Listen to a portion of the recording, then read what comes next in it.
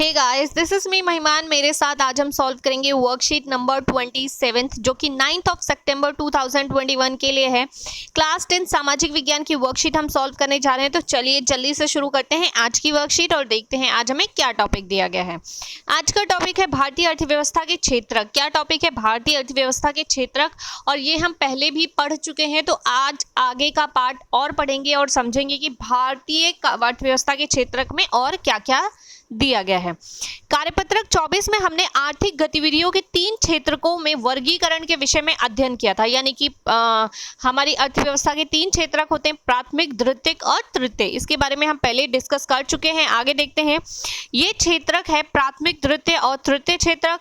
आर्थिक गतिविधियों को क्षेत्रकों में वर्गीकृत करने के अन्य तरीके भी हो सकते हैं। यह सार्वजनिक क्षेत्रक एवं निजी क्षेत्रक तथा संगठित क्षेत्रक एवं असंगठित क्षेत्रकों के रूप में भी हो सकता है। सार्वजनिक क्षेत्रक एवं निजी क्षेत्रक की निम्नलिखित विशेषताएं हैं।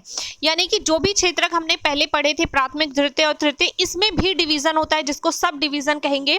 तो वो सब डिवीजन किस आधार पर किया जाता है? सब डिवीजन होता है सार्वजनिक क्षेत्रक और निजी क्षेत्रक। सार्वजनिक वो होता है जो सबके लिए होता है और निजी वो होता है जो आपका पर्सनल या प्राइवेट होता है। सपोज आपकी जो कार है वो आपकी पर्सनल है क्योंकि आपने खरीदी है, तो उस पे आपका पर्सनल अधिकार है, ये आपकी फैमिली का किसी बाहर वाले का अधिकार नहीं होगा।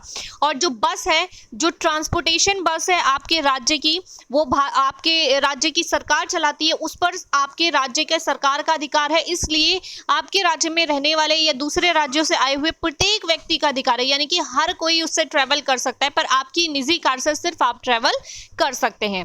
तो ये एग्जाम्पल है प्राथमिक और निजी क्षेत्र के। इसके सिवा संगठित क्षेत्र और असंगठित क्षेत्र, और आपको यहाँ पे सार्वजनिक और निजी क्षेत्रक में डिफरेंस भी बताए गए हैं। तो चलिए डिफरेंस को देख लेते हैं, सार्वजनिक क्षेत्रक और निजी क्षेत्रक। सार्वजनिक क्षेत्रक परिसंपत्तियों पर सरकार का नियंत्रण, यानी कि जो भी सार्वजनिक क्षेत्रक में संपत्ति आती है उस सब पर सरकार का नियंत्रण होता है, जबकि निजी क्षेत्रक में परिसंपत्ति पर निजी स्वामित्व होता है। यानी कि उस व्यक्ति का अधिकार होता है जिसने उसको खरीदा है। ठीक है, जैसे आपका घर, आपकी कार, आपका जो भी संपत्ति है वो निजी संपत्ति है। और सार्वजनिक क्षेत्रक हो गया जैसे कि बस हो गया, ट्रेन हो गया, सड़कें हो गई, ये सबकी होती है।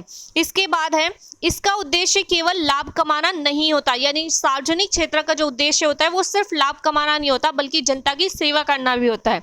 और निजी क्षेत्र जो होता है इसका उद्देश्य अधिकतम लाभ कमाना होता है। यानी कि जो बिजनेस या कंपनी सरकार चलाती है उसका उद्देश्य सिर्फ लाभ कमाना नहीं होता, परंतु जो भी बिजनेस आप अपना पर्सनल बिजनेस चलाते हैं उसका उद्देश्य सिर्फ और सिर्फ लाभ कमाना होता है। तो आपके बिजनेस का उद्देश्य लाभ कमाना होता है, पर जो सरकार बिजनेस चलाती है या गवर्नमेंट की जो भी कंपनियां होती हैं या गवर्नमेंट जिसको भी रन करती है, सपोज गवर्नमेंट रेलवे को रन करती है, तो गवर्नमेंट का इंटेंशन सिर्फ प्रॉफिट अर्न करना नहीं होता, बल्कि गवर्नमेंट का इंटेंशन होता है कि वो जनता को अच्छी से अच्छी सुविधाएं प्रोवाइड कर सकें। पर यदि हम कोई बिजनेस चलाते हैं तो हमारा उद्देश्य होता है कि हम पैसा कमाएं। थर्ड पॉइंट की बात करते हैं, रोजगार की सुरक्षा होती है। सार्वजनिक क्षेत्र में रोजगार की सुरक्षा होती है क्योंकि जैसे कि जो भी गवर्नमेंट जॉब करते हैं या आपने देखा होगा जो भी गवर्नमेंट एम्प्लॉय होते हैं उनकी जॉब सिक्योर होती है। उनको ये भय नहीं होता कि उनकी नौकरी चली जाएगी, इसलिए वो पेशेंस के साथ अपना काम करते हैं। और जो प्राइवेट क्षेत्र के लोग होते हैं वो क्या करते हैं, उनके अंदर एक डर होता है दिमाग में, ठीक है, कि अगर उन्होंने ठीक से काम नहीं किया या उनसे कोई मिस्टेक हो गई या उन्होंने ज़्यादा छुट्टियां ली तो उन्हें जॉब से निकाल दिया जाएगा, यानी उनकी नौकरी चली जाएगी।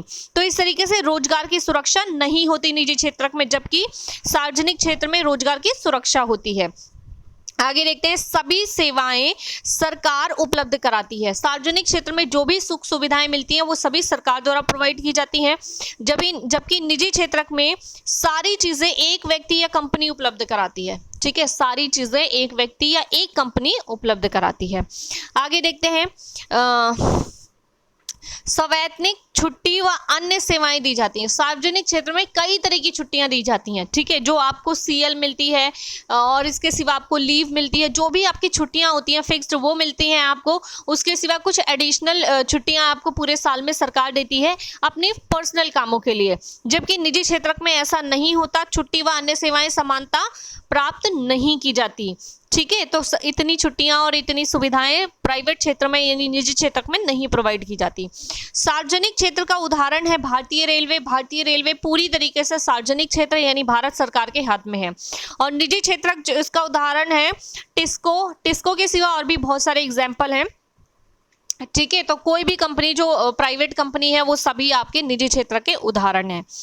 तो ये थी आज की वर्कशीट। चलिए आगे देखते हैं और क्या क्या हमें दिया गया आज की वर्कशीट में। संगठित क्षेत्रक और असंगठित क्षेत्रक की निम्नलिखित विशेषताएं। संगठित क्षेत्रक और असंगठित क्षेत्रक। संगठित क्षेत्रक में उचित वेतन होता है जबकि असंगठित में कम वेतन होता है। संगठित में कार्य के निश्चित घंटे होते हैं, असंगठित में कार्य का समय निश्चित नहीं होता।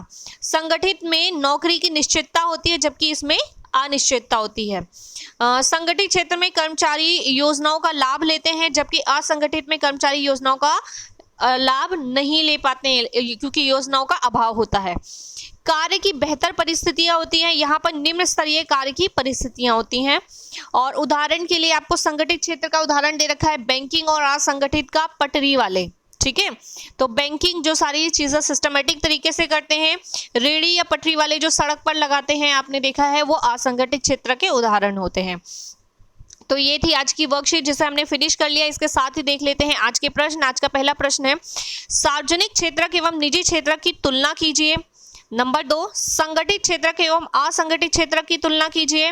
नंबर 3 असंगठित क्षेत्र की समस्याओं पर एक संक्षिप्त निबंध लिखिए। और नंबर 4 सार्वजनिक क्षेत्र एवं निजी क्षेत्र के 5 उदाहरण लिखिए। ठीक है, तो ये है आज की हमारी वर्कशीट। चलिए शुरू करते हैं आज के सभी चारों प्रश्नों के उत्तर। तो चलिए जल्दी से देख लेते हैं आज का प्रश्न नंबर 1। प्रश्न नंबर 1 क्या कहता है सार्वजनिक क्षेत्रक एवं निजी क्षेत्रक की तुलना कीजिए। तो इसका उत्तर देख लेते हैं सार्वजनिक क्षेत्रक और निजी क्षेत्रक। मैंने टेबल वाइज किया, आपको भी बिल्कुल ऐसे ही टेबल वाइज करना है। सार्वजनिक क्षेत्रक में परिसंपत्तियों पर सरकार का नियंत्रण रहता है, यानी कि सार्वजनिक क्षेत्र पर जो भी संपत्तियां होती हैं जो उन सभी पे सरकार का अधिकृत रहता है, जैसे कि हमारी बस हो गई, हमारी जो रोडवेज हो गई, ठीक है, ये सभी। निजी क्षेत्रक परिसंपत्तियों पर निजी स्वामित्व रहता है, यानी कि जो भी हमारी निजी संपत्ति होती है, हमारा घर, हमारी कार, उस पर सिर्फ हमारा अधिकार रहता है। सेकेंड पॉइंट है इसका उद्देश्य केवल लाभ कमाना नहीं होता, यानी सार्वजनिक क्षेत्र का उद्देश्य लाभ कमाना नहीं होता जबकि निजी क्षेत्र का उद्देश्य लाभ कमाना होता है।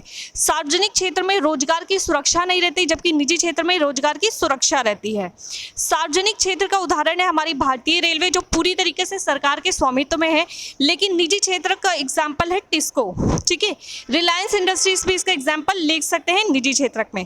प्रश्न नंबर 2 की बात करते हैं। प्रश्न नंबर 2 है संगठित क्षेत्रक और एवं असंगठित क्षेत्र की तुलना कीजिए। तो संगठित क्षेत्र और असंगठित क्षेत्र देख लेते हैं। इस क्षेत्र में उचित वेतन प्राप्त होता है लेकिन असंगठित क्षेत्र में उचित वेतन प्राप्त नहीं होता है। संगठित क्षेत्र कार्य के निश्चित घंटे निर्धारित होते हैं, यानी संगठित क्षेत्र में कुछ लिमिटेड 8 घंटे या 9 घंटे की जॉब होती है, उतने ही देर काम करना है, लेकिन असंगठित क्षेत्र में घंटे निर्धारित नहीं होते, कितना भी काम करना पड़ सकता है। संगठित क्षेत्र में कर्मचारियों को कई योजनाओं के लाभ प्राप्त होते हैं जबकि असंगठित क्षेत्र में कर्मचारियों को योजनाओं के लाभ नहीं प्राप्त होते हैं। ठीक है, बात करते हैं प्रश्न नंबर 3 की। प्रश्न नंबर 3 है असंगठित क्षेत्र की समस्याओं पर एक संक्षिप्त निबंध लिखिए। तो मैंने छोटा सा लिखा है, कोशिश की आपको कि ऐसा उत्तर प्रोवाइड करूं कि आपको कोई भी कंफ्यूजन या डाउट ना हो। असंगठित क्षेत्र में वे क्षेत्र है जो किसी व्यक्ति या व्यक्तियों के समूह द्वारा प्रारंभ किया जाता है, परंतु इस क्षेत्र में कार्य करने का समय निश्चित नहीं होता है तथा कार्य कब तक चलेगा इसका निर्धारण नहीं होता है। कुछ कार्य कुछ समय बाद बंद भी करना पड़ सकता है या निरंतर चलता रहेगा, यह निश्चित नहीं होता है। ठीक है, असंगठित में कार्य की परिस्थितियां निम्न स्तरीय होती हैं तथा कर्मचारियों को किसी विशेष प्रकार की योजना का लाभ प्राप्त नहीं होता है। असंगठित क्षेत्र में अधिकतर आय कम प्राप्त होती है और असंगठित क्षेत्र के उदाहरण में है रेहड़ी व पटरी पर दुकानें लगाने वाले लोग। ठीक है, इनको कितने भी घंटे काम करना पड़ता है, आमदनी इनकी कम होती है और किसी भी तरह की योजना का लाभ नहीं मिल पाता, इस तरह की कई समस्याओं से गुजरना पड़ता है। बात करते हैं प्रश्न नंबर 4 की, जो कि आज का अंतिम प्रश्न है। आज का अंतिम प्रश्न है सार्वजनिक क्षेत्र एवं निजी क्षेत्र के 5 उदाहरण दीजिए। तो पहला देखते हैं सार्वजनिक क्षेत्र के उदाहरण।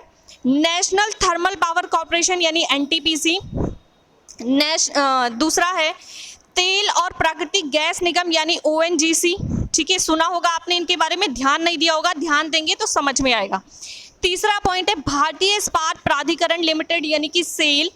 चौथा पॉइंट है भारतीय हैवी इलेक्ट्रॉनिक्स लिमिटेड यानी कि भेल। और पांचवा है इंडियन ऑयल कॉर्पोरेशन लिमिटेड यानी कि IOCL, ठीक है। तो ये इसके उदाहरण है। अब हम बात करते हैं निजी क्षेत्र के उदाहरण की। तो निजी क्षेत्र का पहला पॉइंट है Reliance industries limited. Number 2 Tata consultancy limited. Number 3 Infosys technologies limited. Number 4 Wipro limited and number 5 भारतीय टेलीवेंचर्स लिमिटेड। ये आपके जो 5 पॉइंट हैं ये निजी क्षेत्र के उदाहरण हैं। तो इस तरीके से जो सार्वजनिक क्षेत्र है उस पर सरकार का अधिकार होता है, जो प्राथमिक निजी क्षेत्र है उस पर जिस कंपनी ने जो उसका ऑनर होता है उसका पूरा स्वामित्व होता है। तो ये निजी क्षेत्र के उदाहरण है और ये आपके सार्वजनिक क्षेत्र के उदाहरण है। इसी के साथ हमारी वर्कशीट होती है कंप्लीट। आई होप आपको समझ में आई होगी। वीडियो पसंद आई तो वीडियो को लाइक, शेयर और चैनल को सब्सक्राइब करना बिल्कुल ना भूलें। मैं हूं महिमा और आपसे लेती हूं विदा। जल्द ही मिलूंगी आपको नए वीडियो में नए टॉपिक के साथ।